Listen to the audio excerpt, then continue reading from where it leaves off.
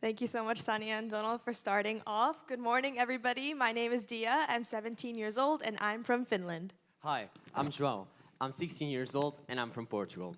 And today, as members of the State for Internet Forum Youth Advisory Group, we have the honor of being the chairs of this amazing panel entitled Online Harms, Finding the Balance Between Protection and Empowerment. So, firstly, let's introduce our panelists. Since today, we have with us a lot of knowledgeable and very valuable specialists. With us today, we have Evin Incir, who is a member of the European Parliament and who we welcome onto stage.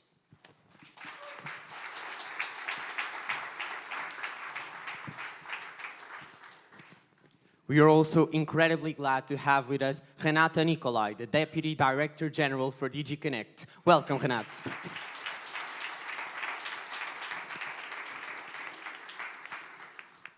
Directly from Ireland, working in the Commission Meán, we welcome to the stage Karen McAuley.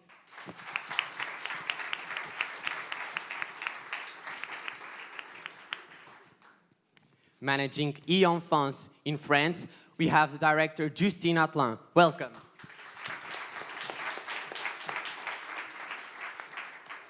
And last but definitely not least, we have Constantin Gissler from .Europe representing the interests of big companies of the digital industry. Welcome.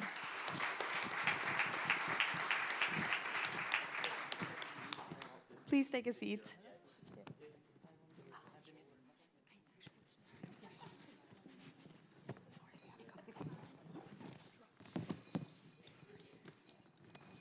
So, before we actually start the discussion, we'll hand over the floor to Evin Incir, our MEP, the member of the European Parliament here with us. We deeply thank you for your presence and for taking the time to be with us here today. And even now will direct us a brief speech to introduce our panel. Thank you so much. Thank you very much. Thank you for the invitation to this very, very important discussion. Unfortunately, I will need to go in 3-4 minutes, and I apologize for that. Sometimes committee meetings appears 1-2 days before events that I have promised to attend a couple of weeks. So I have a voting at 11 o'clock. But it is an honor to be here and take part in this discussion and to have been listening also to the presentation before. I just wanted to start up with saying that it's fully correct on the voting pattern in the US, but the same applies actually here in the European Union. In my own country, Sweden, we see that men, unfortunately, young men tend to vote more right and even far right, while women, fortunately, vote left or liberals. And that really shows the different what one feels are different priority and what one feels is at stake. So what we really need to do is to send a clear line to both girls and boys that democracy, civil liberties, human rights goes for all. And when we talk about gender equality also applies for all. It's not just the right of women, even if, of course, it is also the right of women. Gender equality is important for boys and young men also, or men at large. But when it comes to safety at internet, I just wanted to highlight a few important things that some of them has already been addressed. Awareness as well as legislation. We need to work with them both. And the last years when I've been active in pushing for putting in place different legislations as regards to combating and preventing child sexual abuse online, for example, I've become very, very surprised how as soon as we talk about children and young people's rights, then the integrity argument comes up. That, well, either we will stand for integrity or fighting child sexual abuse online. And I think we need to be able to do both of it. I mean, when we talk about organized crime, for example, then there is an understanding that, well, we can do both of it. But when we talk about children's rights at internet, some people seem to forget that it's possible to uphold integrity at the same time as fighting these kind of heinous crimes. And at the same time, we also need to see it from the children and young people's perspective. What about children and young people's integrity when constantly being targeted with this kind of violence online? It has, during the last year, been a challenge, to be honest, with some of the colleagues in the parliament. So, and these kind of discussions that we have today and that has taken place in other contexts also is very much important to put a pressure on us legislators. I feel like a bad legislator when I say put pressure on me, but that's also how it goes. That when decision makers in European Parliament, national Parliament, on local levels and so on, see that there is a big mobilization on the ground, something happens up here. Awareness appears that, oh, maybe I should rethink my current stand. And finally, when it comes to the specific legislation on combating and preventing child sexual abuse online, when we were discussing the temporary legislation, we managed to get a majority in the European Parliament. But when we now started to talk about the long-term legislation, what happened was actually that some forces started to organize. In Sweden, we saw big campaigns all over the big cities where it said, instead of saying that this legislation is about combating and preventing child sexual abuse online, the title became chat control. Chat control. We don't talk about chat control when we talk about fighting organized crime, but we talk about chat control when we talk about children and young people's safety on internet. So the future that I see and that I'm hoping for is, of course, a future where all of us, children, young people, and adults, can live freely beyond these kind of heinous crimes, because I mean we all live more and more on internet, and of course the younger generation, as many of you belong to, live maybe more on internet than we who have lived once upon a time without the phone. And the challenges that we see offline, of course, appears online also. So wherever people are, the challenges appears there, and wherever people are and wherever challenges appears, also the legislators, we need to be there. We cannot always be a couple of years legislative-wise behind. With this said, thank you very much again for inviting me to this discussion, and I'm really sorry for needing to leave. Thank you.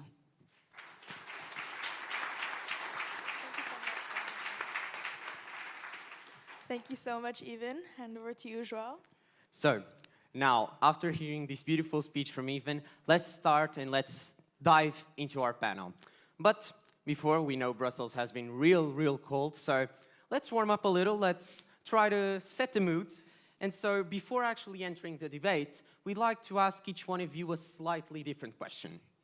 As youngsters, we all have big hopes, big dreams, and as we still believe that each one of us has an inner child, we'd like to ask you, what would the internet look like in your dreams? So, let's start with you, Renate. How do you imagine the perfect internet? Well, the perfect internet would be a place that is safe and trustworthy, where we can have conversations, where we can play, where we can have civic discourse, where we can be honest, exchange opinion, but where we have a system that tidies up the toxic content, that tidies up the illegal content, the hate speech, the violence. That would be a system that really is kind of, cleaned from the dark side that we had heard also in the previous presentations. I think we are equipped to start doing that a little bit, so that maybe with, using our tools well, we could get there.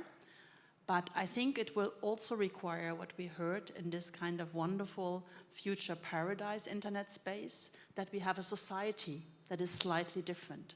A society that really, building also on what we heard from the previous speech, that is critically thinking, that is empowered to kind of really reside in the digital era, and fully exploits and enjoys the digital era, but doesn't lose sight of always check and control even before you share. That would be my dream. Thank you so much, Renate. So now maybe over to Karen. So what would the internet of your dreams look like? Thank you very much, João. And I might just briefly start by introducing Coimisiún. I will be brief, I promise. So for those of you who aren't aware, Coimisiún was established in 2023 under national legislation in Ireland. And basically we're Ireland's agency for developing and regulating a media landscape that encompasses both the online digital environment, but also broadcasting and video on demand as well.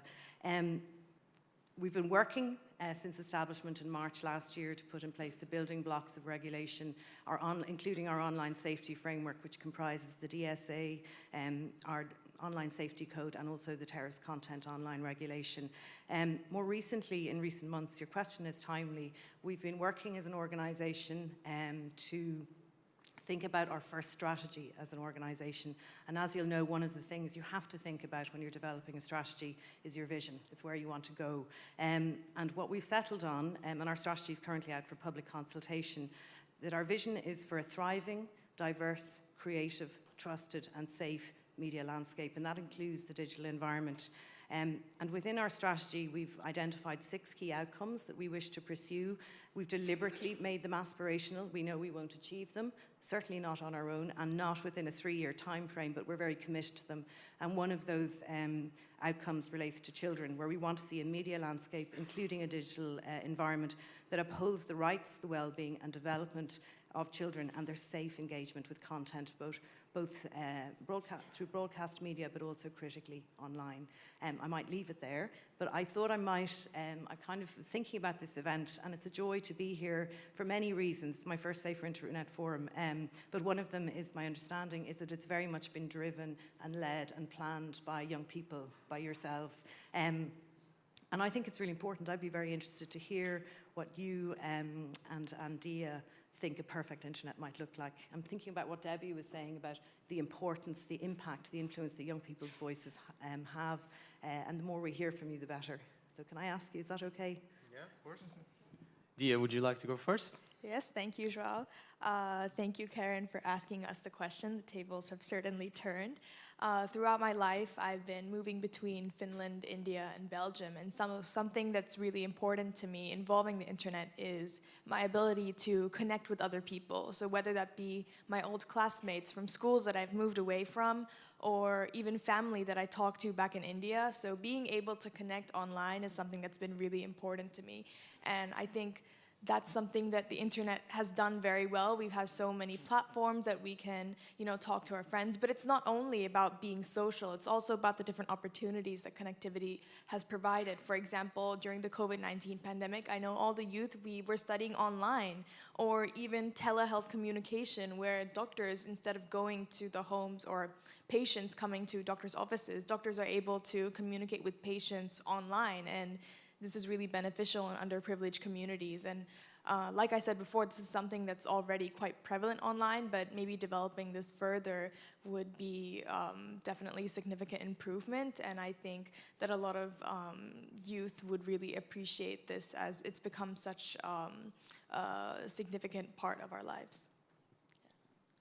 So I think I'll answer the question now. So first of all, thank you so much, Karen, for disposing of your time and taking the care to ask us the question. It's been really, really kind of you. And so, onto my opinion, what I believe is that the internet has to be a safe place for everyone. If we achieve an internet that comprises a high level of security, comfort, and respect for each and every one of us online, I think we'll achieve somewhat a perfect internet. Firstly, because we all need to feel safe navigating online. We have to feel that our needs are taken care of, and we need to feel that we're not going to be attacked, we're not going to be threatened, and that we'll be safe not only because the platforms that we are using protect us, but because all the people around us are actually contributing to make these platforms safer. Secondly, I believe that we need to feel comfortable online, because there's a lot of content that we sometimes see and we wish we hadn't seen, but then we just can't unseen it, and then it's like locked into our memory basically forever. And sometimes this content can even traumatize us deeply. And if we have an internet that erases that kind of content and allows us to watch the things that we actually want to watch and see, and that doesn't confront us with things that are hurtful for us, then we are already on a very, very good path to having a somewhat perfect internet. And finally, something that I have as a core value, not only online, but I think in real life, that is respect. If we respect each other online, if we respect each other as we respect when we are in person, saying little things like saying hi, like saying thank you, little things like not being unpolite, we're already contributing to making the online world a touch better. And if we all do that, well, it's 8 billion touches better, so I can guarantee that it will be a lot better. Is this dream a complete utopia? You can ask me. Maybe, but I believe that it is our responsibility to turn this kind of utopia into a reality for the future. So if we want to change this reality that we live in, we need to work on it, and we need to actually and actively be the agents of change. So, Karen, thank you so much for your question. Thank you so much, Karen. And I think now we can hand over to Justine Atlan. So, what would the internet of your dreams look like? Thank you. Hello, everybody. I apologize for my bad English. I'm very French for that, so sorry. And it's more stressful for me because I need to speak in English. So I will be brief. For me, in fact, the internet I dream, it's an internet who will be able to recognize minors, children and teenagers as in the offline world. For today, it's not the case. And that's one of the reasons for me, child and teenagers are so much exposed to content, so much exposed to bad use, and are not be able to take all the opportunities that really internet gives to children and teenagers to be able to really use the rights that are recognized for them, but are not be able for some of them to have in the offline world, and that internet gives to them as the right to express themselves and the right to access to information. So online world, it's really a lot of opportunities. But for now, since we are not able to recognize child and teenagers online, we are not able to protect them. And for me, really, is the top priority to have an internet world able to take care of children and to give them the opportunity to use it in a good way. So that's I hope it's not a dream. It's a very soon reality, but it's the kind of dream I have, a very pragmatic one. Thank you. Yep. Thank you so much. Constantin, now we would like to hear from you. What would be your perfect internet? Thanks a lot for the question. I think it's something that we think a lot about in our work.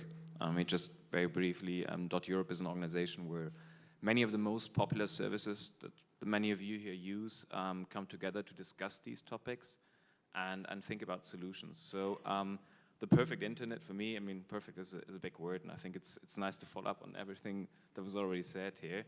To me, it's a world where I think the protection and the empowerment, openness and control come together. I think we're in a good balance, a place certainly where we all feel safe and where we enjoy our experience.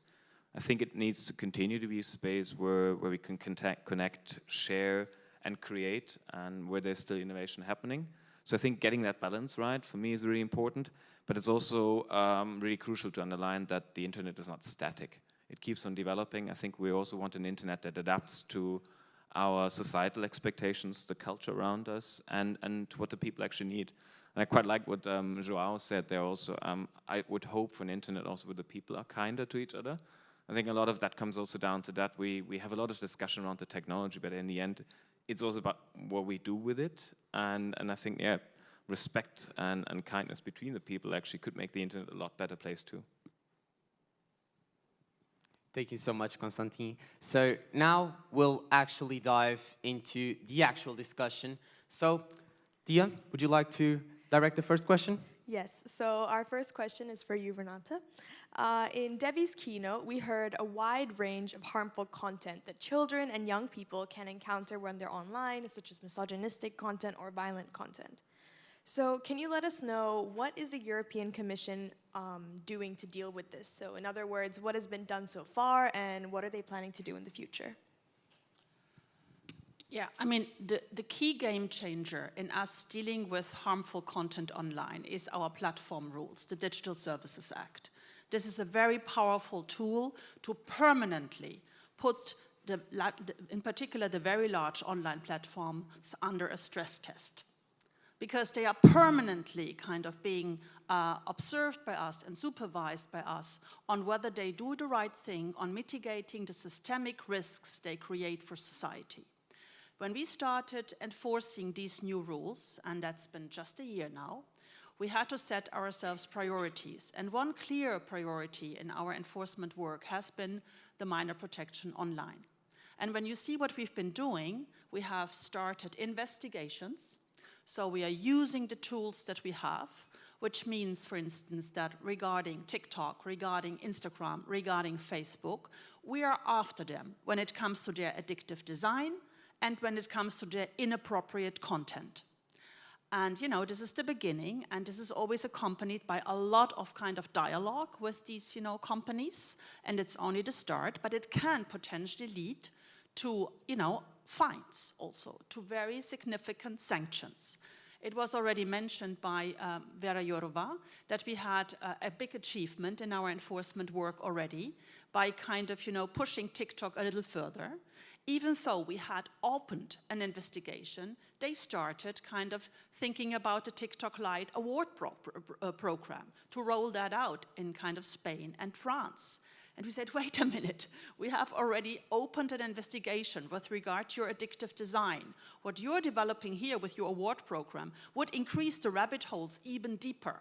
So we threatened them with another tool that we have in our toolbox on the Digital Services Act with interim measures. And we said, you need to first give us a risk assessment to show how you're dealing with the risk that you are creating. And they changed.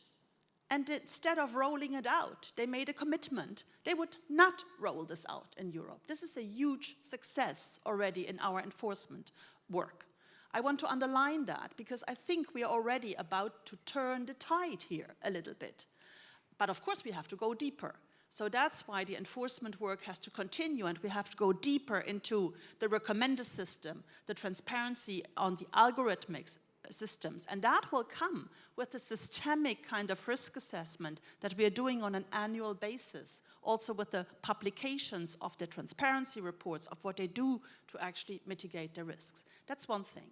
We also have to work with the national digital service coordinators, and we have the Irish colleague here on the table. And that's why together we will develop guidelines, you know, all of us together, Team Europe together, strong Commission enforcer for the very large online platforms, supported by the national authorities, guidelines to bring to life what is in the DSA, a Digital Services Act, that says the platforms, and all of them, be they big or small, have to guarantee a high level of protection of privacy, safety, and security for minors. That we will fill with life with these guidelines, you know. And of course, in doing so, we always want to kind of keep this kind of holistic approach. And that's why it's so great to do this together with the colleagues who have been running the Better Internet for Kids work for so many years. Because we must not forget that whilst underlining the protection of minors online by being a tough enforcer, we also must not forget the empowering element of it. And that's where the digital literacy towards a digital citizenship that I really like as a theme comes in. The final point, picking up on what we heard from Julie, I think it's important work that we need to do in parallel also, and that will come in the coming month, to have a harmonized approach on verifying the age. Age verification online is really important. Also protect that only over 18 years old are, for instance, exposed to pornographic kind of, you know, content. And here, I think we have a good kind of, you know, direction of travel, because in 26, we will have the digital wallet in Europe that will be a privacy-friendly, a secure way of ensuring the verifying the age. And we are currently working on a mini version of that to be rolled out already in spring next year, so that we could have an easy-to-handle tool for all member states, ideally, to verify the age. So, you know, and just a last word, we are in the change of one commission to the other, and it's very clear that also the next commission will put a very strong focus on minor protection online, also in gathering more evidence. There will be an inquiry on the impact of social media on mental health, which I think will be very important, and there will be an action plan of cyberbullying. So it remains, we started with the DSA work with having minor protection online as a priority, and it will remain a priority also in the next commission. Thank you so much, Renate, for your input.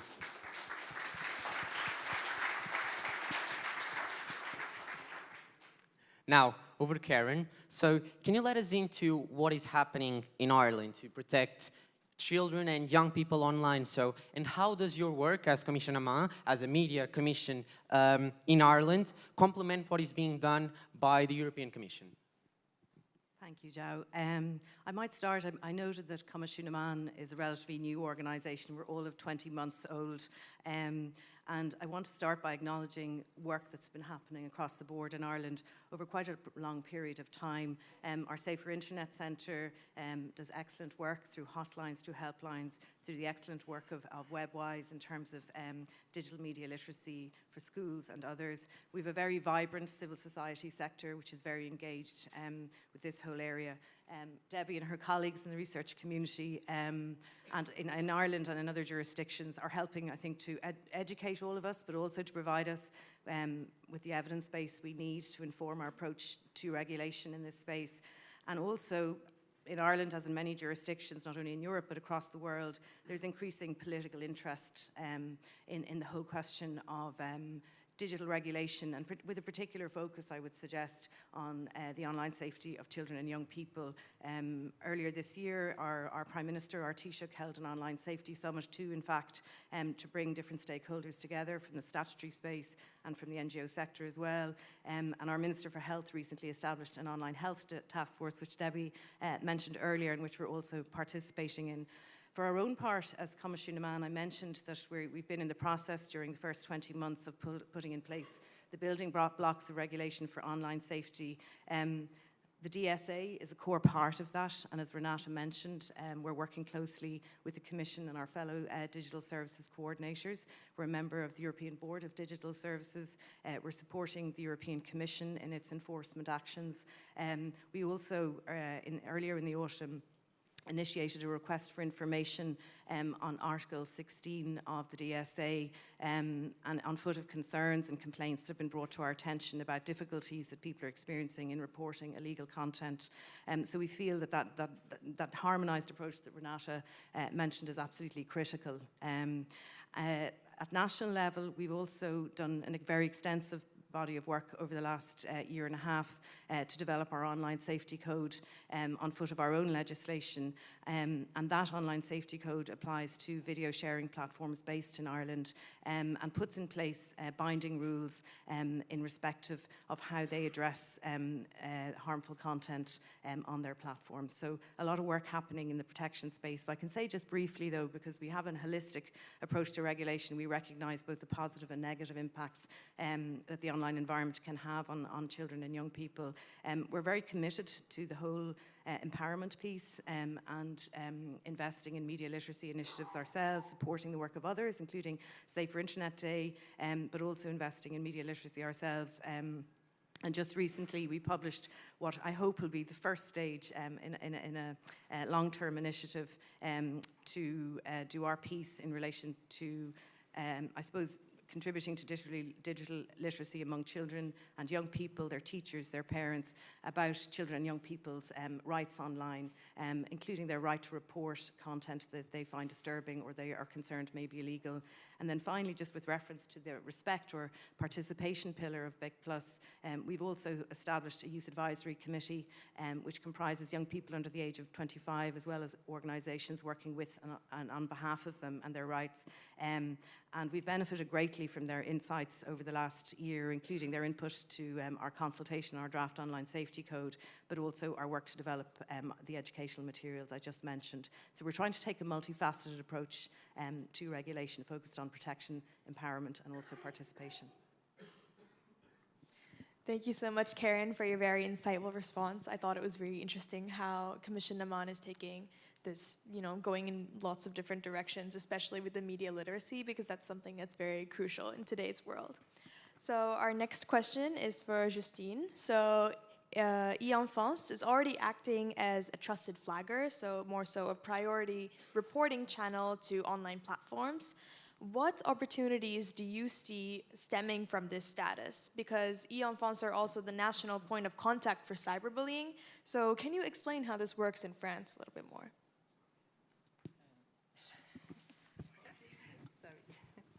Thank you. In France, it's true that, in fact, what we begin to do with the European Commission for like 15 years now, because we create in France the helpline as the Safer Internet program created it. For us, it was, in fact, a really great opportunity that we change all over years to become, in fact, as you say it in France, the one and only national point of contact for all kinds of bullying, which means school bullying offline and online, and also cyberbullying and all digital violence. And very recently, in case we received yesterday the official letter, we redesigned by the ARCOM, which is the French regulator, as you are the Irishman. So we are the first trusted flagger official in France as the French helpline, which is called the 3018. This is our phone number. So as you say, we have two dual role as all the bullying things and also the trust flagger. So to become the one and unique bullying point of contact in France, cyber and offline, it became in 2011 when we provide our services to the French Ministry of Education, who decided to fight school bullying in France.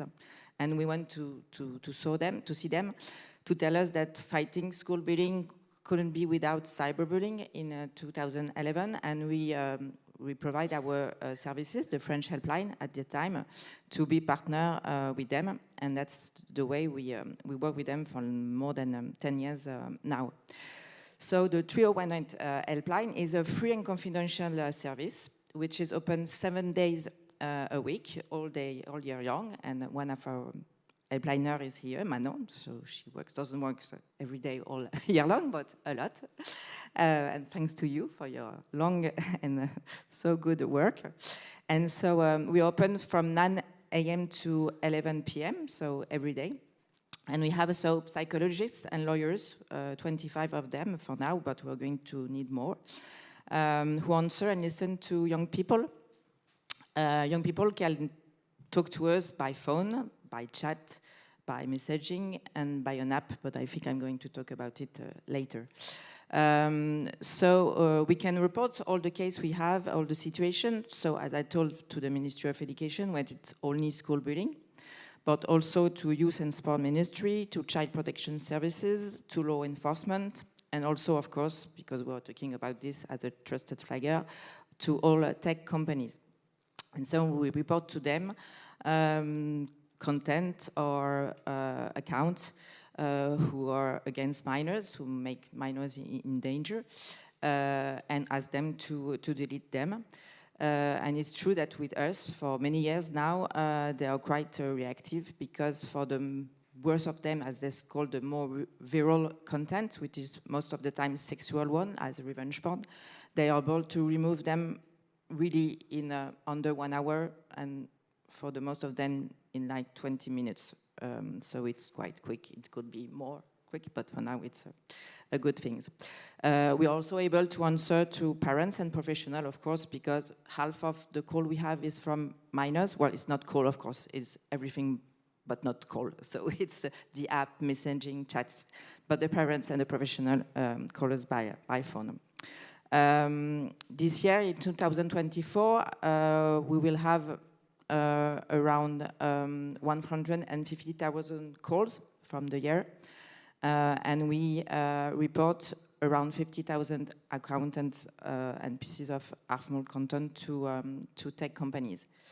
This began thanks to the European Commission, as I told, since 2010, the first tech company who has make us able to report to them with a very priority reporting channel was Facebook at that time, and then YouTube. And that now every new social media who became quite present in the life of youth come to see us directly and ask us to be a trust flagger for them. So we have now around 20 social media, and we have also some pornographic sites who are able also to delete content when we saw that some revenge porn content had been put on their platform. So that's made us, as the tech company told us, the helpline who handled the largest volume of reports at the European level.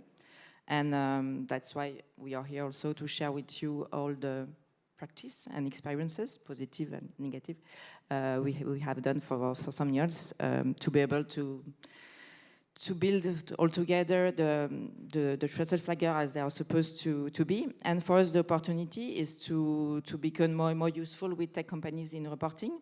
In fact, they often come to test some new reporting system at the French helpline because they know that we have a lot of volume, so it's interesting for them to test with us new functionality, new platform system, new report system. And as you may know, as a trusted flagger, we will have to provide annual transparency reports to the regulators, so the French one. And this will be a way to report systemic issues that we will be able to see in our all year long work on the helpline. And also we have been for some months now very soon asked during the Commission investigation, again for TikTok Lite or TikTok or X, we noticed that as a trust flagger during the investigation, the European Commission come to ask us a lot of things also. So we really see that the trusted flagger are really involved in the implementation of the DSR and with the regulator and with the European Commission. That's a very good sign that we are all building together a more better internet for youth. Thank you. Thank you so much, Justine.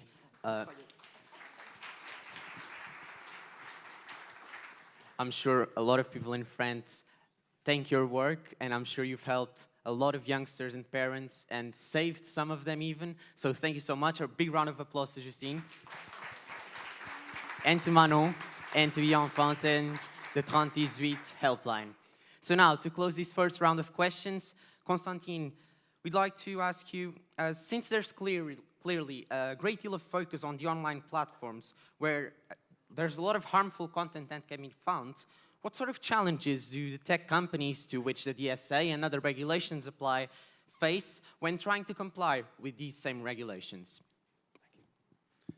Yeah, thanks a lot. I think it's a really important question, obviously, and I think our members are committed to that topic. I think it's a high priority, and you can really see this also in recent years.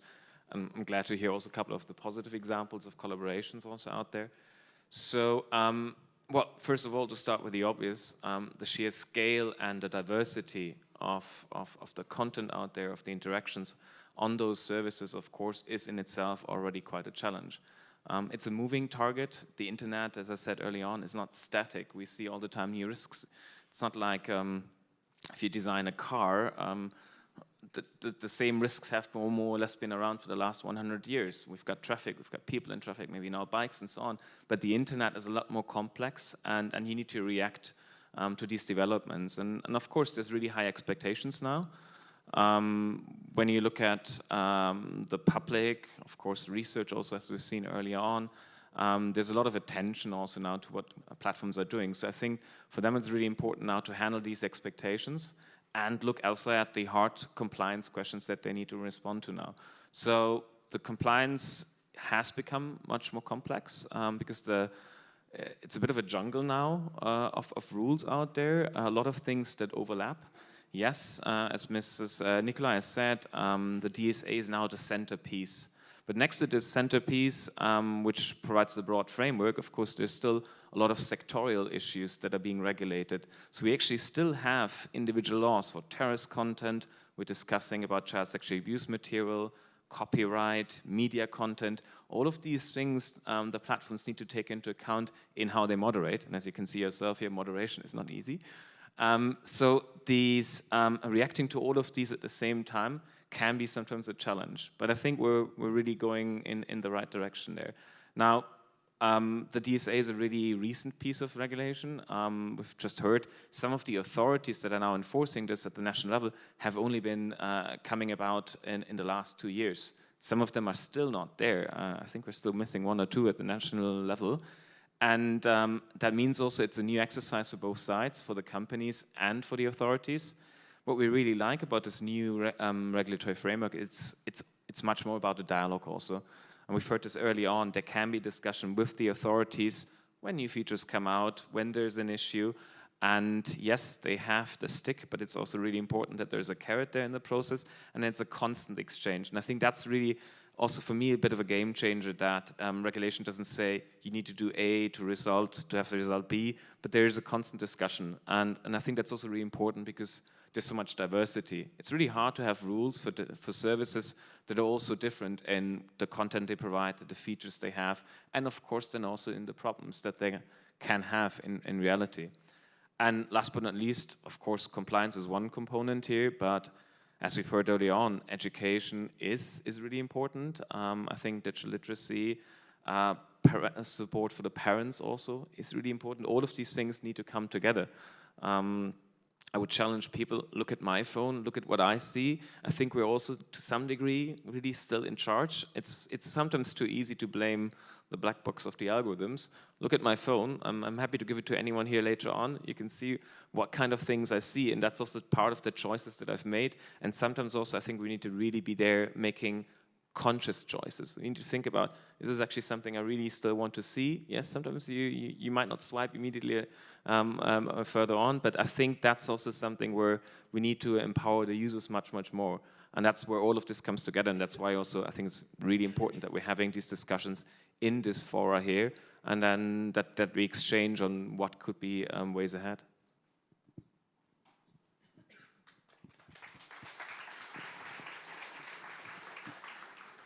So thank you so much, Constantin, for your input. And now let's try to dive into a brief second round of questions because our time is really shortening. So firstly, let's go back to Renate.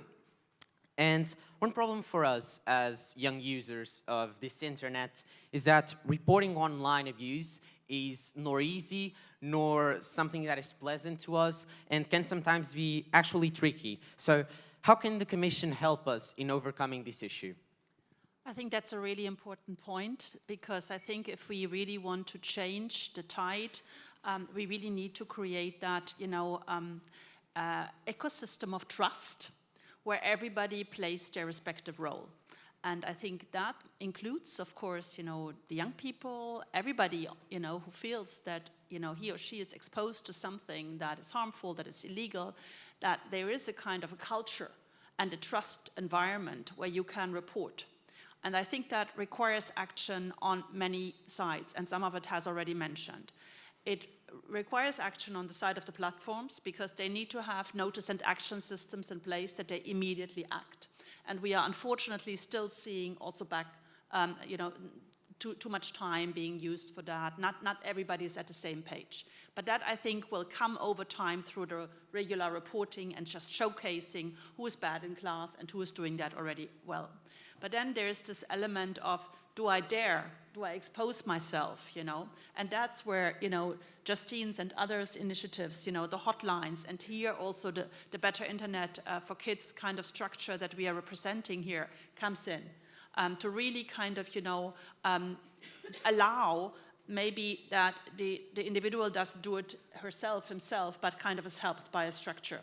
And I think that can be improved further. Trusted flagger was mentioned. That's a privileged role that we built into the ecosystem of compliance and enforcement of the Digital Services Act, and I think that will be important. And I would add an additional point. I think there's an important aspect, important sword that is built into our regulatory system, that is transparency. And also here, we are only seeing the beginning of it. We will have at the end of the month the first party of transparency when the first risk assessment reports will become public, when the implementing a report on the audits will become public for everybody. And you can really watch how the very large online platforms are doing.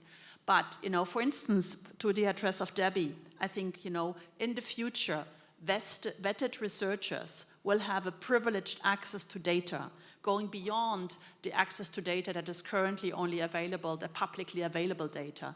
That is really a crack to get into the black boxes, of the system so far. And I think that's something, when you think about that, what debates we can have about that in the future. If you think about in 2 to 3 years' times, when we meet again, we will have gained so much more experience in enforcing, in reporting, in talking about it. And if you add then the dimension of media, critical media also reporting about that, it will be a different conversation, and I remain hopeful that it will change the societal dialogue about this.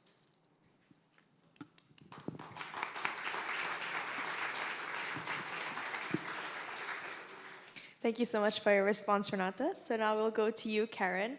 What sorts of provisions are in place for content that is harmful to young people and to children? And can you give an example of how these are used? Okay, well, I think Renate has dealt with a lot of the mechanisms and provisions that are in place under the DSA, and I might just build on one of them, which is the guidelines under Article 28 of the DSA. A working group was recently established under the auspices of the European Board of Digital Services to focus on the protection of children. And in addition to looking at age verification, we're also, Coimisiún Meán as vice chair of that working group, we've started work on the guidelines, which, as Renate said, are there to assist platforms which are accessible to children with meeting their obligations to ensure a high level of privacy, safety and security for children on their platforms.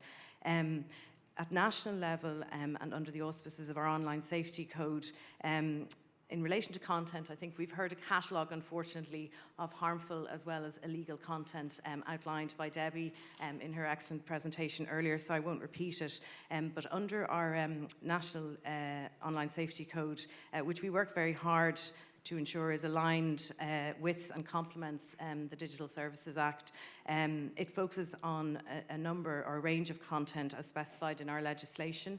So cyberbullying, self-harm and suicide, eating and feeding disorders, a range of criminal content, and also adult-only content, pornography, and also extreme or gratuitous violence. So, I suppose in designing the code, we drew on quite a wide and deep evidence base in order to more fully understand the potential impacts of those types of content on people, particularly children and young people. In terms of provisions, we've put a range of provisions into our code for the video sharing platforms who fall within the scope of the code to comply with, and they include measures such as terms and conditions which are designed to restrict harmful content on the video sharing platforms that the code applies to, age verification, parental controls, provisions in relation to complaints handling, content rating, and also in relation to media literacy. So there's a range of measures we've put in place. The code is just going live, if you like, so we'll see how that works out in practice through enforcement of it. Thank you so much, Karen.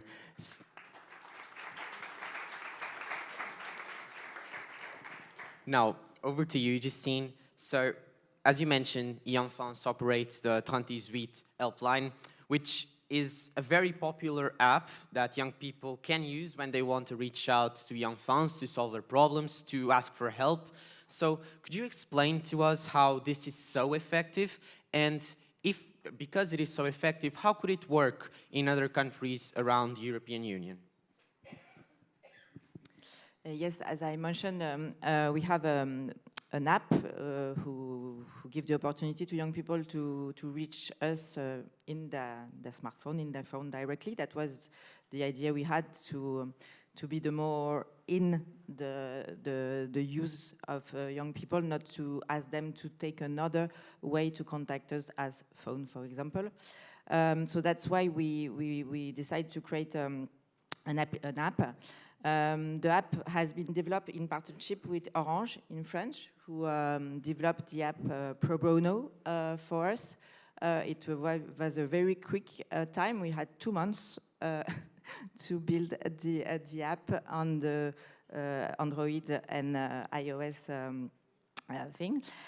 So we have a lot of people working for us, and so we build a very simply designed app. The challenge was to be very effective, efficient, but really simple to use. So the app, as I said, allows users to call or message to... It's really bad because I can't show it to you, but it will be more effective if I could show you. But it's really simple. So you can call us directly by the app, chat with us directly, so chat with Manon directly if you want. And also we have what is the most valuable thing, a secure vault. Which is really private. So the app, you can go directly, you don't have to subscribe, nothing. But the secure vault is really private. You have a code, the one you want to put to secure it. And when users can upload evidence of the cyberbullying you have, so it's photo, video, content, comments, anything you want, and you can put it in the secure vault. And when you decide that you need help and that you want us to have those content, you can choose the one you want to send us, like the photo app you have in your smartphone, and you can send it to us by the chat of the app. So everything is in the same thing, and directly our appliners receive everything. And in fact, for them, it's the way they prefer to receive. It's true. Yes, it is the way they prefer to receive all the proof of evidence of cyberbullying, because it's very easy, quick, and in a good way for them. And so when we have all the evidence of in our helpline, we can do what I told you, all the reports to the tech companies. So it is very well used. Mostly in the education theme, because as we told, we have a partnership with Ministry of Education, so they provide the app to the students. But the challenge we faced was and that's why we are always trying to have, is to pre-install the app in smartphone. That's what we want to make. So we are currently in discussion with mobile operators, as Orange, because they developed the app, but other also, to challenge them a little bit and for them to do it. And also with constructor who are interested to pre-install the bot in new device for use they want to build. So that's the new challenge we have, because of course the thing is that everybody has it by default, that every parent who offers a smartphone to their kids, there will be the app in it, so you don't have to think about it, you have it. And if you need it, it's in your smartphone. Thank you.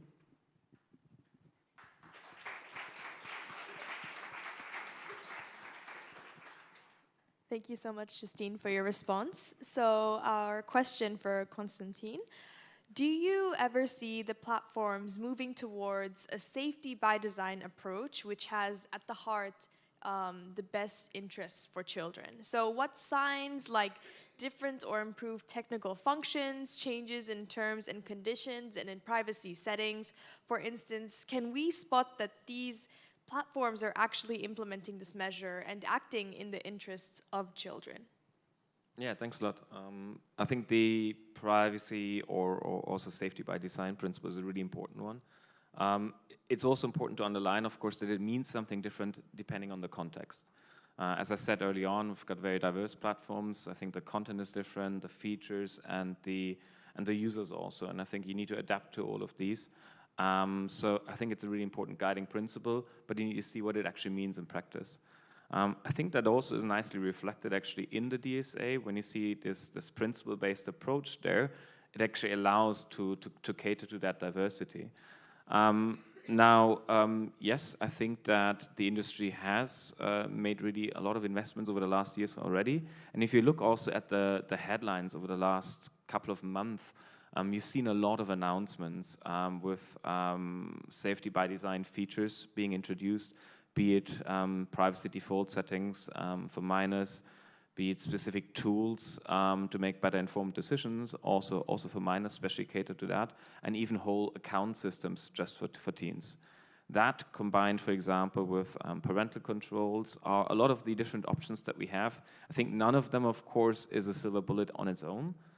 Overall, it's that mix also that works, and the mix will be slightly looking differently for each of them. But overall, I think we're going in the right direction there. And then, of course, how do we see whether it actually works? That's the interesting question. The opposite one is outcomes matter. Will we see less incidents? Will we have safer experiences for the people, and then also more trust, general trust in these services?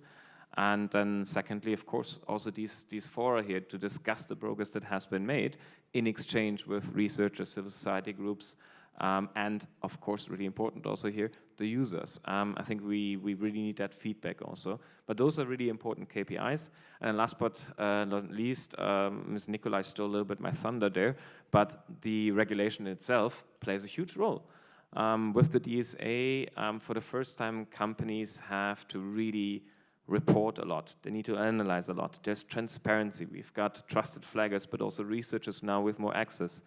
And she mentioned it also next week. We will see starting coming out the first audit reports of these, the very large platforms. I think it's going to be interesting reading. Of course, as I said earlier on, the DSA has been now enforced for the very large ones for 1.5 years. It's not going to change the online world overnight. I think that's important. We need to manage our expectations a little bit.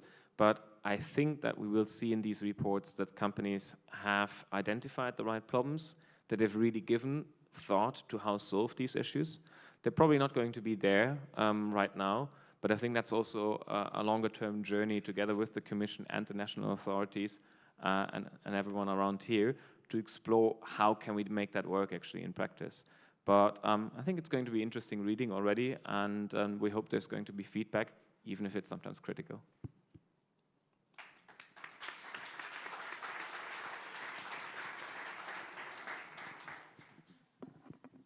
Thank you so much. And so to wrap up our beautiful panel, our incredible discussion, so we'd like to get back to Renate to hear a little bit about what the Commission is thinking right now. So what are the Commission's priorities to ensure the well-being of children online? And if you can give us a little sneak peek on the practical steps you'll take from now on, I think it could be very interesting as well. Thank you very much, João. I think I mentioned already that I believe that minor protection online will remain a key kind of priority area for our enforcement work. So we really want to have an impact with our enforcement work. We want to bring about change in the business models, step by step, of the platforms. We want to be tough when there is really an emergency kind of situation. We want to dialogue when it's about the more systemic kind of issues. We want to use the full toolbox. I think there are a couple of themes that we want to kind of focus on in a bit more detail. I mentioned there's a task for, and this will be a team kind of commission approach, because it will also entail the work or include the work of other services within the commission going beyond the service that I work in, DG Connect. So we will work on this kind of, evidence gathering with the inquiry on, the impact of social media on mental health, because there's quite an academic debate about it, and I think we will all need to get better evidence to kind of have a more informed debate about this. So I think that will be important, and besides that, there will be the action plan on cyberbullying, where I think we can build a lot on the Better Internet for Kids work that has already been done over the last 20 years. I would say two further, areas that I want to highlight here. I would like us to kind of engage in a debate, and a more coherent debate in the future, and there will be some occasions for doing so, on the whole online advertisement model. that goes also a little bit beyond the platforms. That really kind of has to look at the whole value chain of online advertisement with the auctioning that is happening, so all the other players that are involved in that. And there will be some evaluation moments that are coming our way. For instance, the Audiovisual Services Directive will have to be evaluated. I think that could be an interesting moment to kind of look at that in a more coherent way. And then I want to pick up something that Constantin mentioned. I think there is work also to be done, which is very much a narrative of the next Commission to ensure coherence across the board.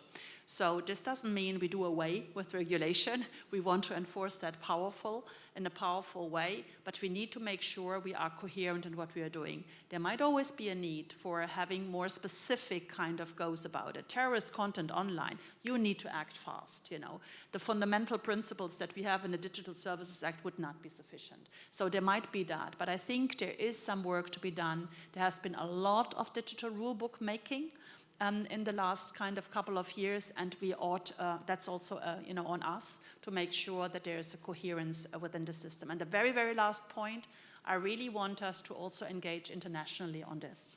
We had this week the visit in the Digital Services Board with all the kind of national regulators of the Australian e-Safety Commissioner, and that was really, really great. We have a memorandum of understanding with that office. We have a memorandum of understanding with Ofcom, with the UK friends working on similar issues.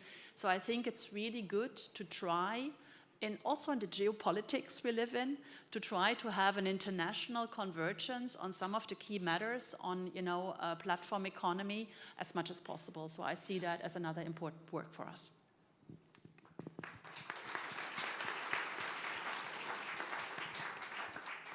Thank you so much, Renate, for wrapping up the panel. Thank you, everybody, for sharing your views with us and talking a little bit about how your respective institutions are working right now to fight online harms and to emphasize the need to address this very concerning situation. So, now we'd like to open the floor to the audience, to you. But first, we'd like to invite Debbie to join us on stage in case there's any question for you. In the final moments of your presentation, we didn't have time to answer the questions on your presentation. So, a big round of applause to Debbie again.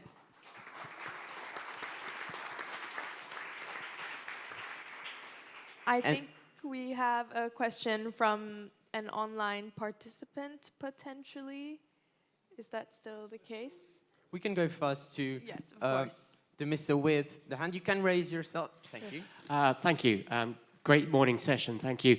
I love the first question about what's your dream internet. I'm from EU Consent, and ours involves an internet which is age-aware but not identity-aware.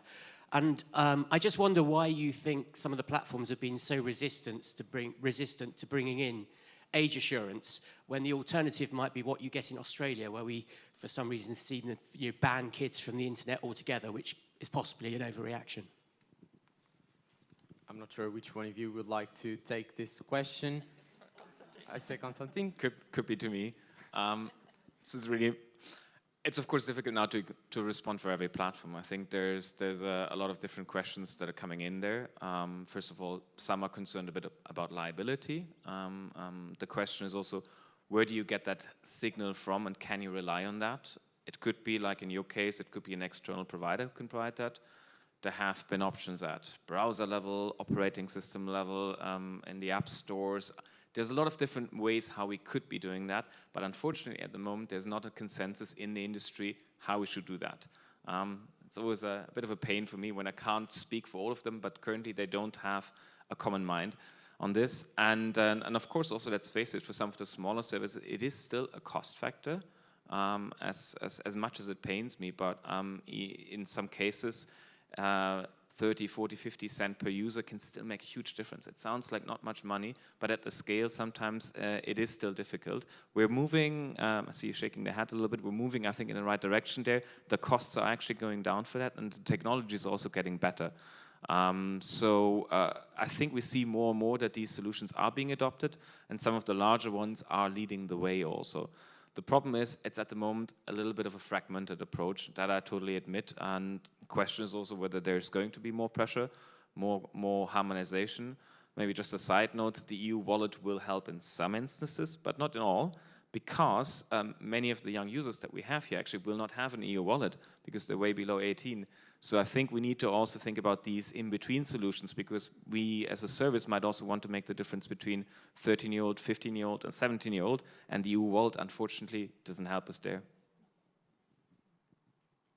Thank you so much for your question, and thank you, Constantin, for your answer. I am terribly sorry to those who still have questions, but we are really short on time, so we'll just take a quick question from one of our online participants, and then I'm sure you can find our panelists in the coffee break, and you can ask them all the questions that you feel free to ask them. I'm sure they have all the pleasure to answer these questions. And so now onwards to the online participants. So Hans, I think you'll introduce the question. Go for it.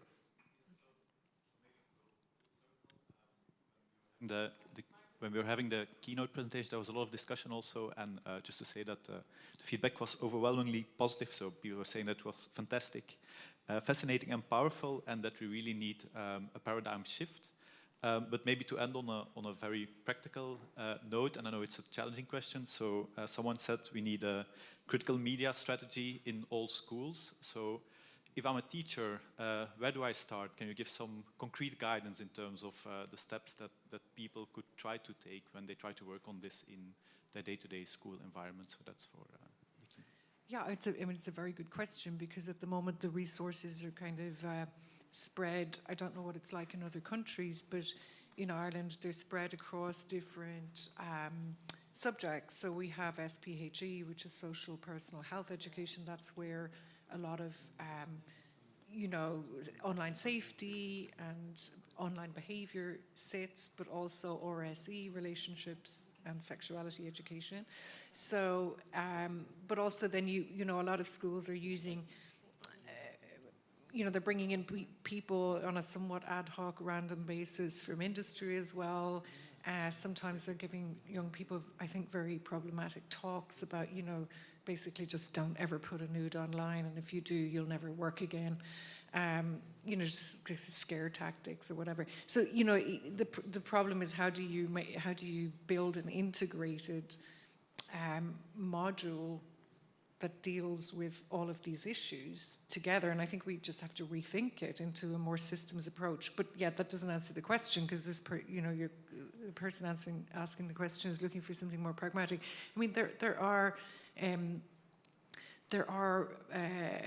packs and resources and toolkits for teachers in critical digital media literacy. Our research centre in our school in DCU, Fujo, has done a huge amount of work on media literacy generally, and creating resources within that space.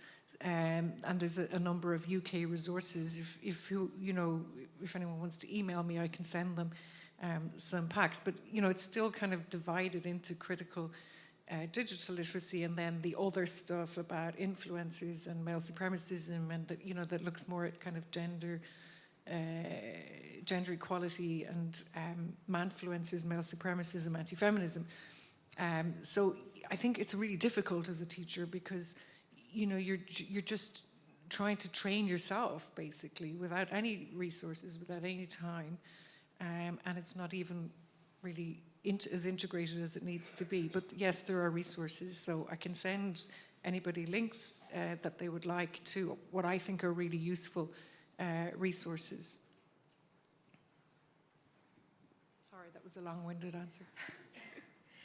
Thank you so much for all the questions, both from our online participants and participants on site. And thank you, everybody, for listening to this panel with us. We had the privilege of listening to some answers for some very insightful people. And yes. So, once again, to finish, a big thank you to all our speakers. A big thanks to Debbie.